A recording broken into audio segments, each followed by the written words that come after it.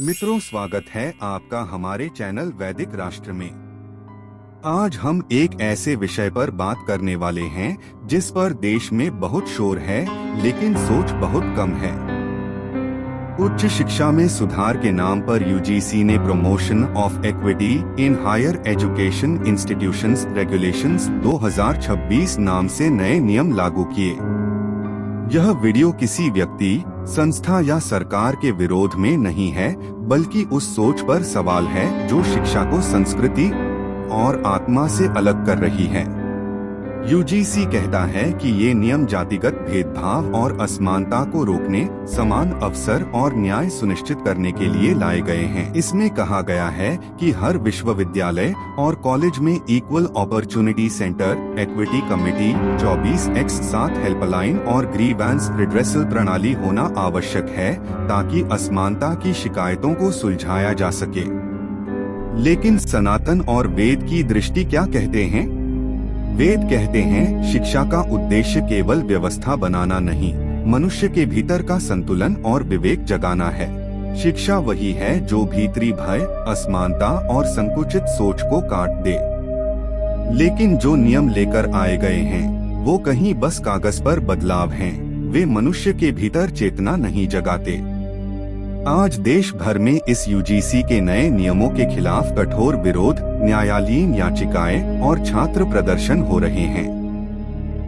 छात्रों की मान्यता है कि यह सिस्टम केवल कुछ वर्गों को फायदा पहुंचाएगा और सामान्य अनारक्षित श्रेणी के छात्रों को उनके संवैधानिक अधिकारों से वंचित कर देगा। सनातन दृष्टि कहती है, शिक्षा वह है जो सबको समान रूप से अपनाए, न कि विभाजित करे। जब शिक्षा समानता की ओर नहीं बल्कि सत्यार्थी समानता की परिभाषा में उलझ जाए तो समाज में विभाजन और द्वेष उभरने लगता है। वेदों में कहा गया है कि शिक्षा जीवन की अनुभव यात्रा है। बाहर के भेदभाव को कम करना तो आवश्यक है, लेकिन शिक्षा का असली लक्ष्य यह नहीं कि हम केवल सिस्टम में कितने नियम जोड़ दें, बल्कि यह मनुष्य की अंतरात्मा को जागृत करे। परंतु यूजीसी के नए नियमों पर सवाल उठाए जा रहे हैं कि कई प्रावधान अस्पष्ट हैं, जिन्हें बुरे उद्देश्य से भी प्रयोग किया जा सकता है। कई आलोचक कहते हैं कि नियमों में झूठी शिकायतों को रोकने के लिए कोई सख्त सुरक्षा नहीं है, जिससे सिस्टम का दुरुपयोग हो सकता है और छात्रों तथा शिक्षकों के बीच भय की संस्कृति बढ़ सकती है। वेद कहते हैं, जिस शिक्षा से भेदभाव के डर और अज्ञानता की आग न बुझे वह शिक्षा नहीं है, केवल व्यवस्था है। किंतु इन इक्विटी रेगुलेशंस के विरोध में यह भी कहा जा रहा है कि नियम कहीं सच में समानता लाने की बजाय समाज में जातिगत विभाजन को और गहरा कर सकते हैं। सुप्रीम कोर्ट ने भी इस मामले में चिंता जताई है और कहा है कि कुछ प्रावधान अस्पष्ट और दुरुपयोग के लिए संवेदनशील हैं, जिसके कारण यह समाज को बांट सकते हैं। सुप्रीम कोर्ट ने फिलहाल इन 2026 के नियमों पर रोका लगा दिया है। नए नियम पास किए गए हैं, उस पर सुप्रीम कोर्ट ने रोक लगाई है, उसको एबियंस में रखा है और सुप्रीम कोर्ट ने अपनी पावर्स को एक्सरसाइज करते हुए अंडर आर्टिकल 142 जो यूजीसी रेगुलेशंस 2012 हैं उनको इन ऑपरेशन किया, उनको प्रभावी किया और 2012 वाले नियमों को लागू रखने का निर्देश दिया है ताकि आगे की सुनवाई तक समाज में शांति बनी रहे।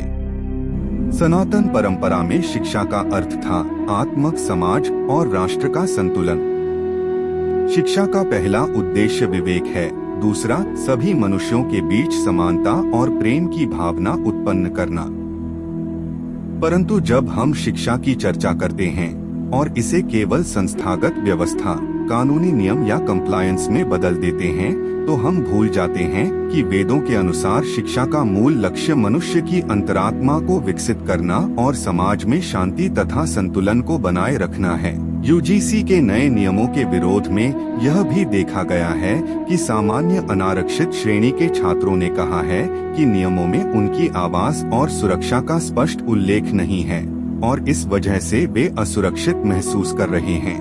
कुछ स्थानीय समूह और संगठनों ने भी कहा है कि ये नियम विश्वविद्यालयों की स्वतंत्रता और शिक्षा की स्वतंत्र सोच को प्रभावित कर सकते हैं।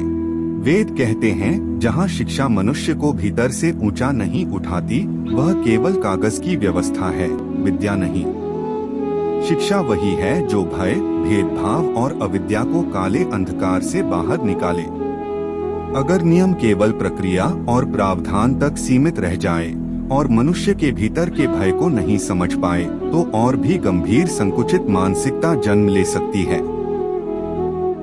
आज सवाल यह नहीं है कि यूजीसी के नियम सही हैं या गलत, बल्कि यह सवाल है क्या ये नियम शिक्षा को वास्तव में मानवता, समानता और विवेक की ओर ले जा रहे हैं? क्या ये नियम मनुष्य को स्वतंत्र और संतुलित नागरिक बना रहे हैं या केवल सिस्टम में नियमों की दौड़ को आगे बढ़ा रहे हैं? सनातन कहता है शिक्षा का अंतिम लक्ष्य है धर्म की अनुभूति, समाज में समानता, जीवन में उत्तरदायित्व और मोक्ष, आत्मिक उन्नति का संतुलन। अगर कोई नियम इन पहलुओं को साथ लेकर नहीं चलता है तो वह केवल व्यवस्था है, विद्या नहीं। अब फैसला हमारे हाथ में है। हमें नियम चाहिए या विवेक, हमें डिग्री चाहिए या दिशा, हमें सिस्टम चाहिए या संस्कार? सोचिए, क्योंकि वेद आज भी इंतजार कर रहे हैं। सादर नमस्ते जी।